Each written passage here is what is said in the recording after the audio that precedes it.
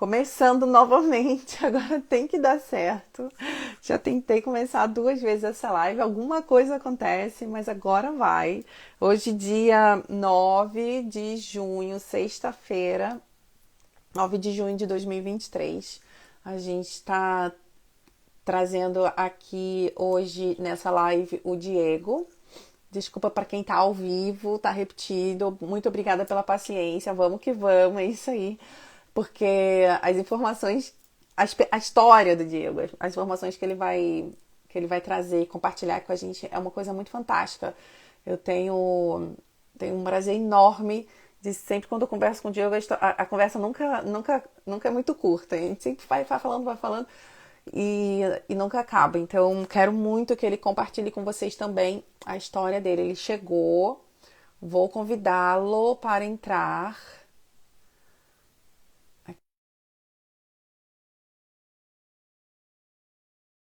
Voltei, ele falou. Já convidei você. Vamos ver. Chegou. Olá! Olá, tudo bem? Isso. Não, Agora tá ótimo. microfone, não deu certo do jeito que era para ser, vai do jeito que dá. Exatamente. A gente faz o nosso melhor, né? É, isso aí.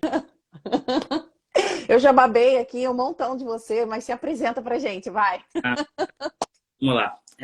Eu sou o Diego, sou fisioterapeuta desde 2005, me formei no Brasil. Assim que eu me formei, um ano depois, me transferi para a Bélgica, onde eu vivi um ano e meio. Depois acabei indo para a Itália. Não atuei como fisioterapeuta na Bélgica. Acabei indo para a Itália, onde eu vivi mais ou menos 10 anos, 9 anos. E estou na Inglaterra há 6 anos. Trabalhei na Itália e na Inglaterra como fisioterapeuta. Sou pai de 3 meninas lindas. 2 que nasceram aqui na Inglaterra, uma que nasceu na Itália, em todo esse percurso de mudança. Sou casado com uma mulher maravilhosa que me acompanha nessa trajetória e que também reconheceu o diploma dela. Ela é enfermeira, ela também é da área da saúde. Então, ela também reconheceu na Itália e aqui na Inglaterra. Eu achava que você tinha chegado, por alguma razão eu tinha achado que você tinha chegado aqui antes de mim. Mas não, acho que é porque você estava na Itália antes de mim. Eu cheguei E, aqui em na verdade, janeiro de 2008. quando eu estava na Itália, eu estava procurando um meio de ajudar uma colega que trabalhava comigo na Itália e de reconhecer o diploma na Inglaterra. E aí eu acabei achando você e Ah, pus você em contato com ela. Não sei se você... Ela, Francis Leme, lembra? agora no Brasil, e você ajudou ela e ela Ela foi foi, ela foi embora. ela estava fazendo um período no Brasil agora, Ah, depois de 10 anos de Inglaterra, 10, 11 anos de ah, Inglaterra. Acho que talvez ela deve estar na live também, que eu falei. vai, tomara, tomara. Eu lembro dela. Foi uma das primeiras fisioterapeutas que eu conheci aqui. É, Sempre me em deu muita força. Tipo, vai, Fábio, vai que você consegue. sim, sim, sim. Ela reconheceu antes ou Ela, depois de você? ela reconheceu antes de mim, Antes de... porque o meu processo demorou 2 anos. Ah, Então, sim, o meu processo demorou muito e o dela acabou saindo antes do meu. sim, sim. É. E aí ela acabou sendo a pessoa que me ajudou a reconhecer a minha documentação. Uhum, uhum. Que Então, legal, que legal. E você, quando você chegou, você já foi direto para a NHS? de jeito nenhum. Aqui eu vou quebrar muito mitos aqui nessa live. Cara, isso, bora! Fazer que ah, todas as estradas levam a Deus, tá? Tem umas que demoram mais, tem umas que têm curvas mais perigosas, mas eu, na verdade, já cheguei na Inglaterra reconhecido como fisioterapeuta. Eu já era fisioterapeuta na Itália há 9 anos e e eu sou cidadão italiano, né? Minha família, na verdade, vocês vão perceber pelos meus erros no falar, na comunicação. Minha família, ela é um grande misto entre brasileiros, belgas e italianos. Por isso a passagem para a Bélgica e da Bélgica para a Itália. E a Inglaterra é um extra na minha família. Então, Suas filhas, as minhas filhas, é olha a lá. próxima geração. Então, a história, já que a gente entrou nesse tema, que é um pouco fora, mas rapidinho, a família do meu pai é italiana, e depois da Segunda Guerra Mundial migrou para a Bélgica. Ele nasceu na Bélgica, estudou, e se transferiu para o Brasil. Hum, Conheceu a minha mãe, eu nasci lá. A família da minha mãe também tem descendentes italianos, mas com mais gerações, digamos assim. E eu sozinho fiz todo o percurso contrário, né? Então eu fui para a Bélgica, fiquei 1 ano e meio, estudei na Universidade de Liege, mas eu não estudei fisioterapia, eu estava estudando a língua francesa. Eu falava, entendia muito bem francês, mas não falava muito e não escrevia muito.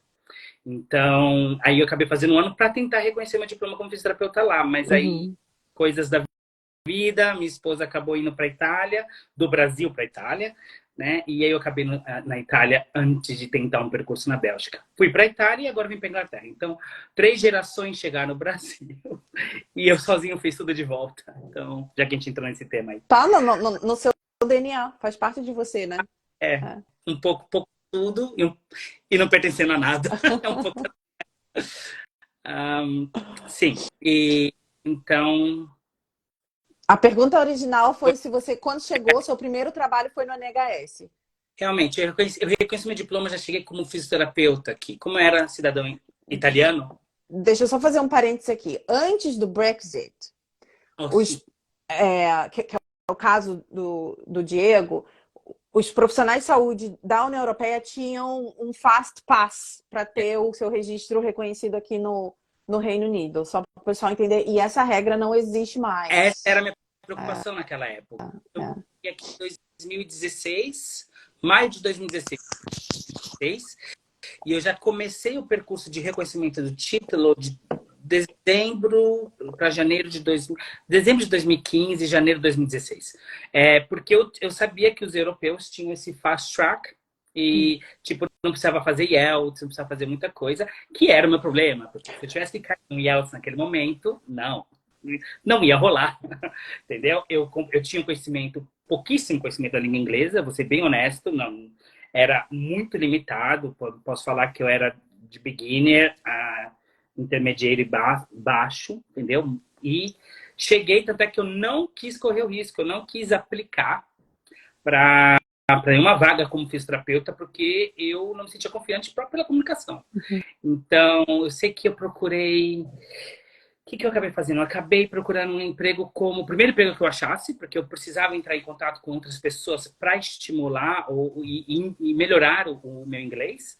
E acabei tendo trabalhar num restaurante italiano, porque eu falava italiano, então era um vínculo mais fácil.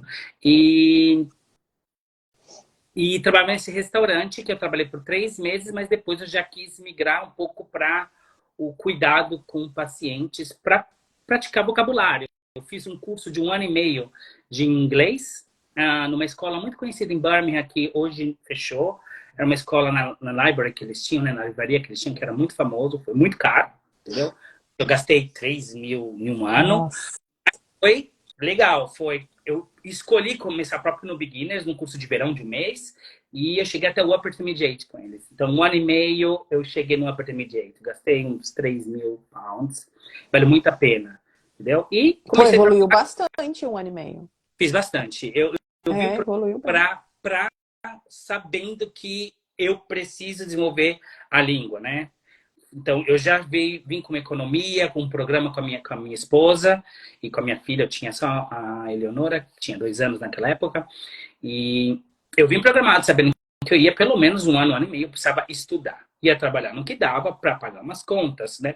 Para ajudar a família. A minha esposa já tinha um nível um pouquinho mais alto de inglês. Então, e ofereci para trabalhar numa casa de repouso no horário da noite como assistente.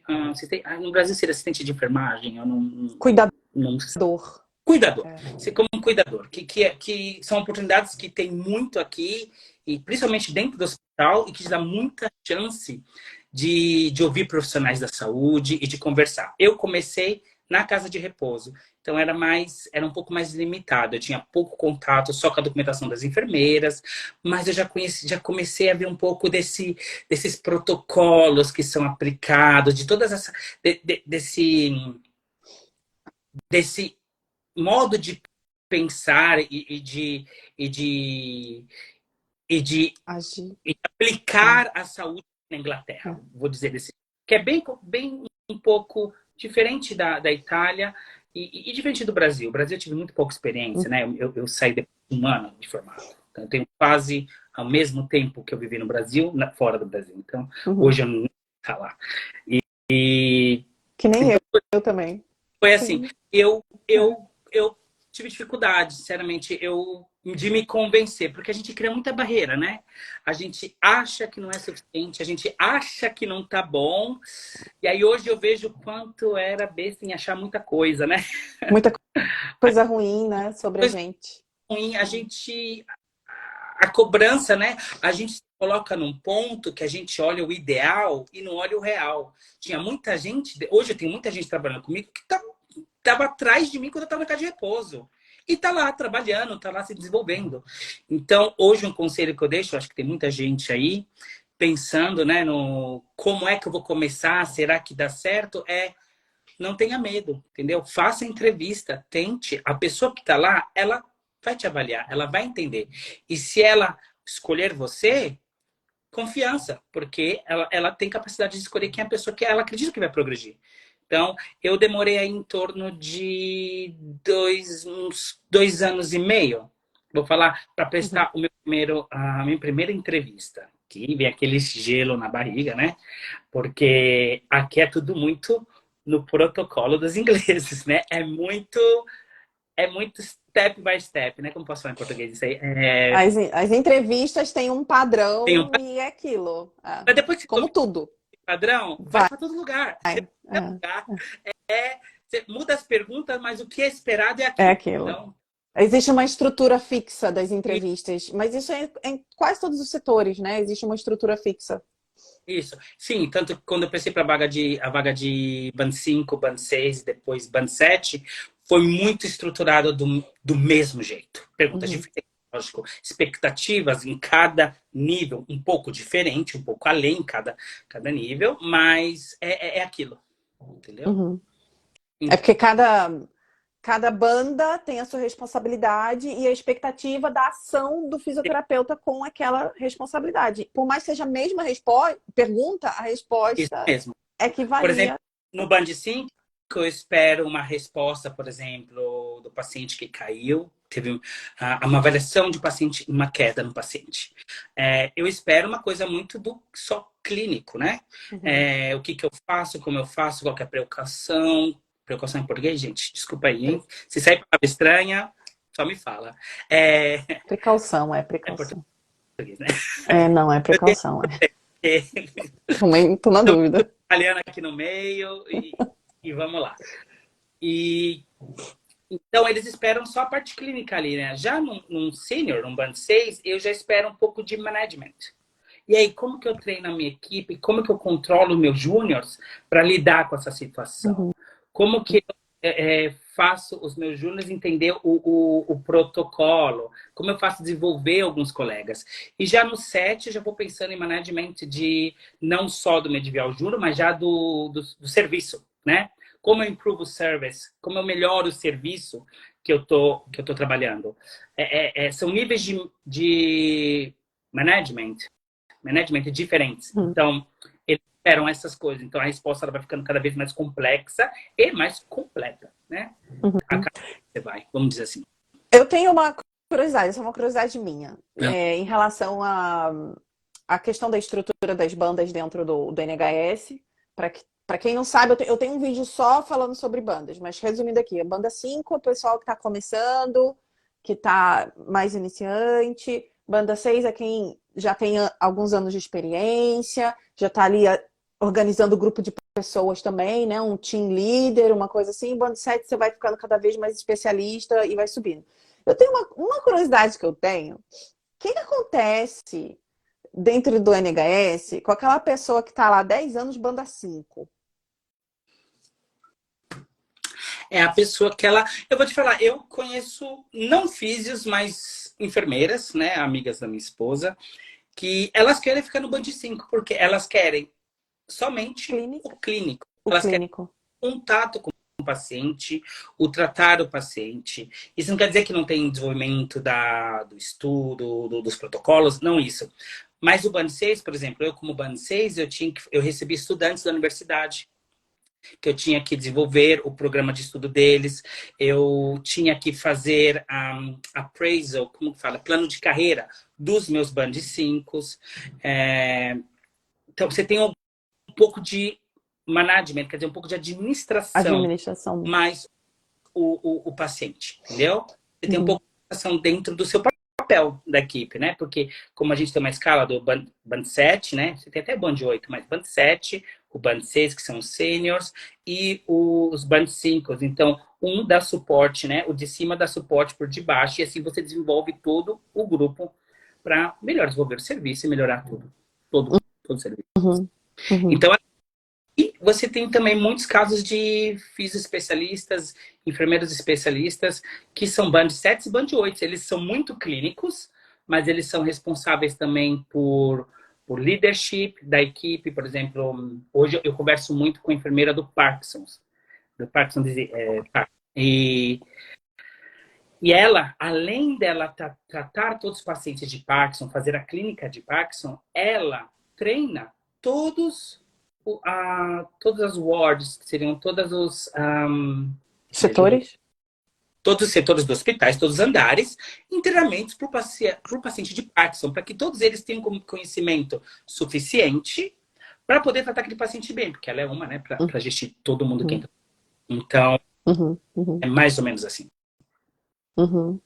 E agora eu queria muito que você contasse pra gente, que é uma parte que eu tô ainda super animada, assim, para saber mais, que é como que a fisioterapia te encaminhou a tá onde você tá hoje, o curso que você tá fazendo, que é uma coisa super inimaginável, acho que pra gente no Brasil.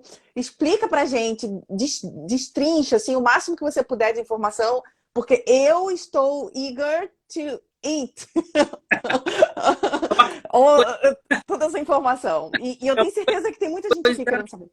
É uma coisa muito nova também aqui para a Inglaterra. Não é uma coisa assim que acontece há muitos anos. Eu acho que só tem 3 turmas ou 2 turmas formadas na Inglaterra.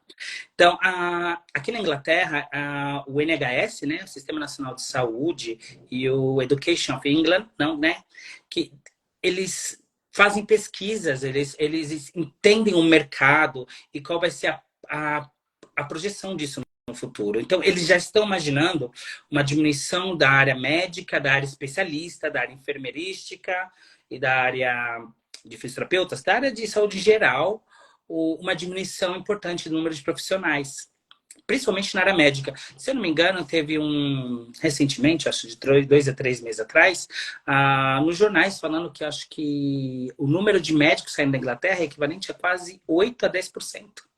E a maioria deles estão migrando para a Austrália. E isso já era previsto no passado, com esses 5 anos atrás de estudo.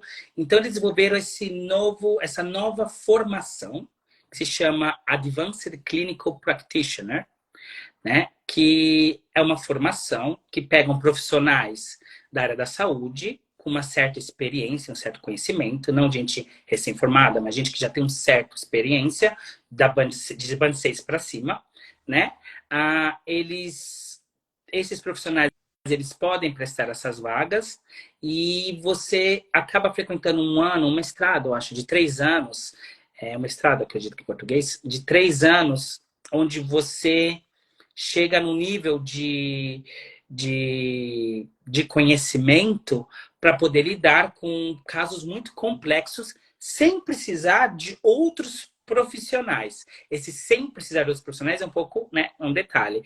Por exemplo, hoje eu trabalho com equipe médica. Hoje eu acabei de começar, a universidade só começa em setembro, é uma coisa nova para mim também. E é uma bolsa, consegui essa vaga como bolsa, passei para o cargo de Band 7, nessa posição de trainee, que é estudante especialista, onde eu vou virar um especialista no tratamento do idoso crítico, vamos colocar assim, e Parkinson disease. Então, eu vou ter essas 2 especialidades. como isso funciona?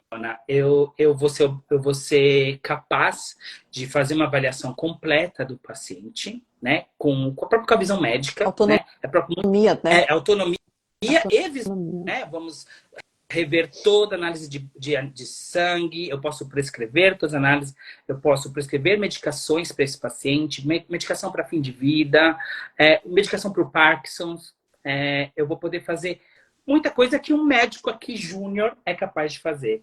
Então, eu saio dessa formação com a autonomia de um médico júnior. Uhum. Especialista em cardiologia ou respiratório, mas eu vou ser capaz de identificar qual é o problema e indicar para o profissional certo. Para o especialista. O profissional. Aí você indica para um especialista. Para o especialista. Então, ele não vai tá. um médico geral, eu vou fazer o papel do médico geral e encaminho para o setor que é pertinente ao meu diagnóstico com o paciente. E aí, depois que você se forma, né, os profissionais que estão fazendo isso, vocês têm o título de quê? Fisioterapeuta clínico especialista?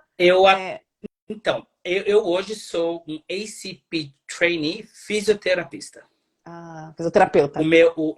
Fisioterapeuta, desculpa. meu background é sempre fisioterapia, né? Só que eu vou para o alto. Então, eu entro como band 7 e saio como band 8. Entendi. Então, você continua atrelado ao HCPC, que é o seu órgão regulador. Vou manter no HCPC, mas eu vou ter um outro órgão. Vai ter um outro órgão. É como se fosse uma outra profissão. Sim. Assim. É uma junção. Uma junção. Não se sabe ainda como vai ser o desenvolver disso, mas uma coisa muito nova. Pioneirismo, por exemplo, total. Isso é o que eu procurava, porque a minha experiência, então, voltando um pouquinho na minha experiência, eu apliquei para uma vaga de Band 5 há 3 anos atrás. Lógico, eu aplicava para as vagas do NHS. Como não tinha experiência no NHS, eu levava um pouquinho fechava a porta, entendeu? Não tinha chance direto de ir para uma entrevista. Mas, para o setor privado, eu era até levado em consideração. Então, eu fui chamado para um hospital privado, para uma entrevista, um hospital em cirurgias eletivas, eu não sei se isso é em português. Tradução aqui na minha cabeça. Cirurgia de prótese de ombro, joelho, quadril, tornozelo, algumas cirurgias de mão. E foi muito bom, fui com muito medo, muito nervoso, porque era a minha primeira chance, né, em inglês. E tudo bem que você estuda inglês, né? Mas vai trabalhar todo o seu vocabulário, do seu conhecimento de universidade de inglês. Não é assim, né? Mas é lá que você tem a chance. Então me pegaram como assistente. Prestei como assistente, não fui para prestei como assistente, porque eu falei assim, deixa eu entender, né? Vamos mais baixo, deixa eu entender. E foi 3 meses. Eu fiz 3 meses como assistente e o cara já estava me dando todo o trabalho de fisioterapeuta. E, né, que não era pertinente à posição. Eu era capaz, mas não era pertinente à posição. Aí eu cheguei com ele depois de 2 meses. Falei, é o seguinte, né, eu estou fazendo o seu trabalho. E aí, então eu quero ser reconhecido como você é reconhecido. E ele é muito legal. Eu vou encontrar ele amanhã. Eu tenho amizade com todos os meus empregadores. E foram experiências maravilhosas e me criou para chegar até onde estou. Então, eu sou muito grato por todas as experiências. Fui lá peguei a época do Covid, então cheguei a ficar 2 anos lá. E aí, por causa mesmo do Covid, era 1 hora de diferença da minha casa. Então, no começo, você tem que abrir mão um pouco de alguns confortos.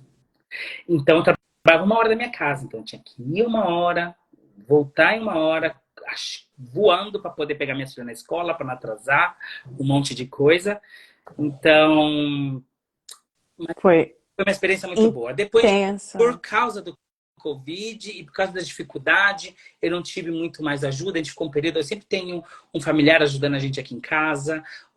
E naquele período, por causa do Covid, a gente acabou ficando sem ninguém. E aí eu precisava estar mais próximo. E aí surgiram muitas vagas no Covid e eu apliquei para Community. Não entendendo muito bem o que é Community, mas vamos lá. Eu já tenho quase 20 anos de fisioterapia. Trabalhei muitos anos na Itália. Tinha trabalhado 3 anos na Inglaterra. O inglês não era um grande problema, não era o nível mais alto que eu podia ter, mas não era um grande problema. Eu já estava confiante de tentar prestar uma outra entrevista. E eu prestei entrevista para a comunidade que a sede é 2 ruas daqui da minha casa. A comunidade foi um dos trabalhos mais difíceis que eu fiz, mas foi o trabalho que mais me desenvolveu como profissional. Hoje, para quem... Nossa, adoro o trabalho na comunidade. Eu acabei de deixar a comunidade, sinto muita saudade.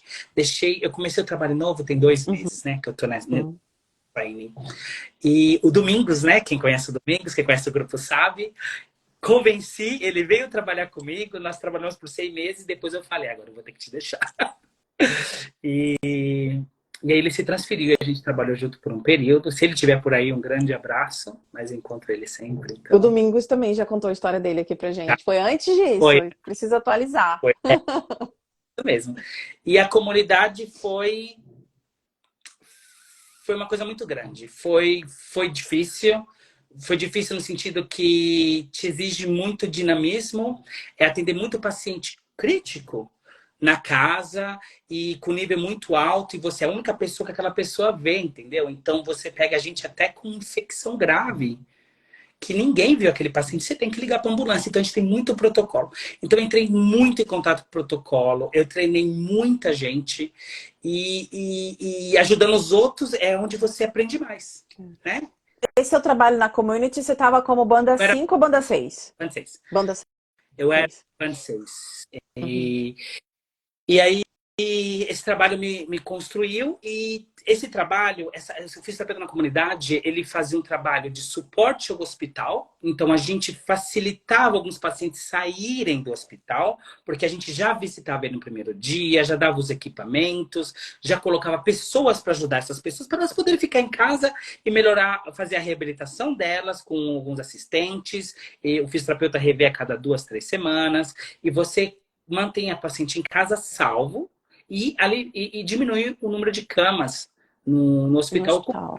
Os hospitais aqui estão sempre cheios. O número de pessoas indo para o hospital é sempre maior que o número de camas que nós temos disponíveis na Inglaterra, principalmente no Covid. Foi muito difícil. Eu achei... Deixa eu só fazer um parênteses aqui rapidinho. Eu achei super interessante você contar a descrição, né, da estrutura da sua rotina, porque é bem diferente do que a gente está acostumado no Brasil, né? A gente não tem essa coisa de que você vê o seu paciente a cada 2 semanas, e aí você bota o assistente para fazer as orientações que você está dando, ou até mesmo, em alguns casos, você orienta a família a fazer algumas manobras no seu paciente, além dependendo do nível do paciente, né? Do autotratamento. O paciente aqui tem muito mais responsabilidade pelo seu tratamento, independência do seu tratamento, que é uma mentalidade que, pelo menos na minha época, do Brasil, a gente não tinha isso. Não tinha. E também vamos falar que a gente está num país de primeiro mundo, né? Não tem como negar. Eu, por exemplo, como sênior, eu tinha autonomia de receber o paciente, eu podia prescrever uma cama elétrica, um colchão de ar, eu podia prescrever todos os tipos de equipamento. Eu acho que eu tinha um budget de 2.000, 2.500, até cadeira elétrica que levanta para ajudar. A maioria dos pacientes eram idosos, então eles nem tinham cadeiras ou sofás numa altura decente, a maioria cirurgia de quadril, então você não pode ficar abaixo, né, de 90 graus do joelho, então era difícil levantar, e o risco de luxação. Então, tudo isso eu pude avaliar, e eu tinha autonomia para fazer isso. Mas o mais legal é que eu podia entrar em contato com vários outros times. Eu conversava direto com o GP. Olha, essa paciente aqui, eu avaliei, ela está com temperatura alta, ela está com a pressão muito baixa, ela começou a ficar incontinente, eu acredito aqui que ela está com uma infecção. E aí ele me conectava com outros times da comunidade, com a enfermeira para tirar sangue e com a ACP. E aí eu cheguei nos ACPs da comunidade, que não são os mesmos ACP que eu estou fazendo training, porque esse training é novo, esse curso é novo, mas são paramédicos, enfermeiras, e até fisioterapeutas já fizeram alguns cursos, como prescrição de exame de sangue, a prescrição de antibióticos, essas coisas, e trabalham como rápida resposta, né? Da resposta. Então, eu contato eles vinham e faziam tudo. Tanto é que eu comecei a trabalhar na equipe de fisioterapia de rápida resposta, que era a ideia de evitar muitos pacientes a chegar no hospital. Então, por exemplo, a gente recebia muito telefonema pedindo, olha, eu tenho um senhor aqui que ligou para ambulância ou que ligou para o serviço de saúde ou para o GP, né, que é o médico, né, de base, falando, olha, tem um senhor de 98 anos no chão há 12 horas. Ou, então, e esse é o trabalho que eu mais gostava. Então, como Band 6, eu ficava muito atrás do computador, fazendo a triagem dos casos que estavam, ou dividindo o trabalho entre os Band 5 e outros Band 6. E quando chegava o paciente que caiu, não tinha ninguém, tinha que ir, eu falei, é isso que eu quero. Eu E vou aí eu lá. peguei uma enfermeira, eu com outra pessoa, a gente tem alguns equipamentos especiais e a gente avaliava esse paciente se tinha fratura, se não tinha fratura, se está com outros sinais que precisa aí, por exemplo, o paciente que bateu a cabeça e ele está com uma medicação um pouco específica para afinar o sangue.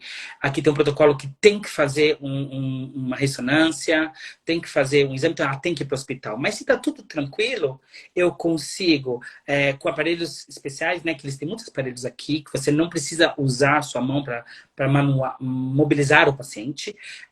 Eu era capaz de levantar o paciente, avaliar como ele caminhava, mandar um assistente mais tarde, colocar equipamentos na casa, entrar em contato com a família. Talvez ele estava confuso, conseguir prescrever com um médico, um sistema de medicação mais simples, em modo que ele consiga ser autônomo. Então, eu aprendi muita coisa. E trabalhando com esse CP, foi onde eu descobri essa paixão de que, para mim, não bastava ir lá, só fazer a fisioterapia, eu queria além. Eu podia fazer aquilo e eu já chegava num ponto que eu já sabia o que eu precisava prescrever, ou qual era o próximo passo. Se eu podia evitar uma hospitalização dessa pessoa, podia, ou se eu podia ter que mandar para o hospital, que era uma coisa mais importante, que não podia ser gestido ali na comunidade. Então, me cresceu muito como profissional. Não é fácil, mas me cresceu muito. Foi muito difícil, porque a comunidade era uma equipe muito pequena para muita gente, né? E a cidade onde eu moro em Weston-super-Mare, é muito perto de Bristol. É uma cidade que ela era considerada cidade para idosos. As pessoas queriam se aposentar, elas vêm para cá. Tanto é que o hospital que eu trabalho, ele está em transformação. Ele vai virar um hospital para pessoas acima de 65 anos. Então, você acha, você estava contando, eu estava pensando em umas coisas aqui. Você acha que esse programa de resposta rápida, né, profissionais especialistas em resposta rápida, você acha que isso está sendo meio que explorado mais, desenvolvido mais dentro do NHS para, assim, para suprir a demanda de como é que a gente chama em português quando o tratamento precoce, né? Preventivo? Você acha que ou não? A ideia seria essa, mas eu vou dizer que, no meu ponto de vista, infelizmente, a Inglaterra não tem trabalhado muito na prevenção. Na prevenção. Na prevenção. Porque o número de profissionais é muito baixo. O número de demanda de profissionais, de vagas, é vasto. Eu recebo propostas de emprego até quando eu não quero. Até que eu falo, tira o meu e-mail aí da sua lista e recebo diariamente propostas para várias vagas, para várias coisas. Então, o número de cuidador, de enfermeiro, de médico, de fisioterapeuta é muito baixo. Então, fica muito difícil, quando o número é limitado, de você priorizar a prevenção. Então, a gente trabalha mais no tratamento, a gente trabalha mais na emergência, né? Porque é onde pode faltar. A gente não está na emergência. Então é isso. E eu descobri que eu gostava muito, gostei muito. E uma das funções do ACP é ficar no pronto-socorro, evitando que o paciente idoso seja admitido, seja admitido em português, seja me escapou a palavra. Admitido. Seja admitido no hospital sem realmente precisar, porque então talvez num período muito frágil da vida deles, querem ficar em casa. Então, se a necessidade do paciente, por exemplo, é uma pneumonia, foi avaliado, as outras coisas estão tudo bem, ele tem suporte em casa, ele precisa só de médico, entendeu? Então, tipo, tá em casa, se eu consigo linkar o meu trabalho do hospital com a comunidade, para ter um mínimo, um pouco de suporte, ele pode ficar em casa. E eu consigo deixar algumas camas livres no hospital para os casos Para urgentes. quem precisa realmente. Então, eu acho um trabalho fantástico para a Que Inglaterra, legal. mas a ideia é a prevenção. A ideia é o trabalho, o trabalho precoce, né? Começar antes, evitar que chegue naquela condição. Mas na Inglaterra é um país com um número muito elevado de idosos, muitas Uhum, famílias, muito. Eu tenho milhões de casos aqui uhum. que senhora de 99 anos que não teve filhos, não foi casada e não sobreviveu ninguém da família. Mora numa casa de 2 andares e caiu da escada. Uhum. Então, esse trabalho ele acaba sendo até complexo, porque não é só tratar o idoso, né? Não é só melhorar a condição de saúde dele, mas é encontrar também um suporte social para esse paciente, talvez mudando de casa, ou um elevador nas escadas, né? Um Starlift, que a gente faz muito isso Uhum. aqui, ou casa de repouso até, porque essa pessoa também não quer ficar mais sozinha. Então, a comunidade é um 360 graus, você não é só fisioterapeuta, você vai na casa daquela pessoa, você é tudo que aquela pessoa precisa. Lógico, você não pode dar tudo para ela, mas você é o único esperto que pode conectar ela rapidamente com tudo que ela precisa para ficar salva dentro da casa dela e continuar o percurso dela, a vida dela. Eu tenho Uhum. comida dentro de casa. Quando eu sabia que eu ia visitar a segunda vez, eu já ligava e falava assim, olha, a senhora tá precisando de leite? Eles adoram o tea, né? É, Eles, então, eu tô sem leite. Eu já levava o leite eu dela. levava o leitinho, né? Eu trouxe o leitinho. Toda a É. equipe era assim. Então, é um trabalho muito bonito. É um trabalho muito bonito e aprendi muito, aprendi muito. E foi aí, com esse PIS, que eu decidi prestar a vaga. Deixa eu confessar uma coisa aqui. Eu tinha uma paciente que ela pedia para eu comprar cigarro. Tem, Flávia, traz um cigarro para mim. Eu falo, oh, meu Deus do céu, olha, eu tenho que comprar cigarro. tem essas também, tem essa também. É. Infelizmente, tinha casos jovens também, de gente que abusava de álcool, drogas, então, debaixo de serviço social, eu não sei falar safeguard, como fala safeguard em português? Hum, Não sei. eu É penso, segurança? Não, não é segurança social. se alguém souber aí, escreve aí que ela lê. Sim, que está sob controle, né, do serviço social, porque são pessoas que se abandonam, né, que fazem uso contínuo de drogas, se abandonam. Uhum, Gente que bebia muito álcool, não comia, ele era diabético. E a uhum, minha equipe, porque como eu posso colocar alguns serviços para ajudar essas pessoas, ele tinha quebrado o quadril, né, tinha uma fratura de uhum. quadril, então demora até você voltar a ser completamente autônomo. Chegou lá, ele estava no chão e começaram a ressuscitar. E ressuscitaram eles. As minhas assistentes conseguiram ressuscitar ele Ah, e chamaram tá. porque não comia, bebia álcool, Hum, não fazia hum.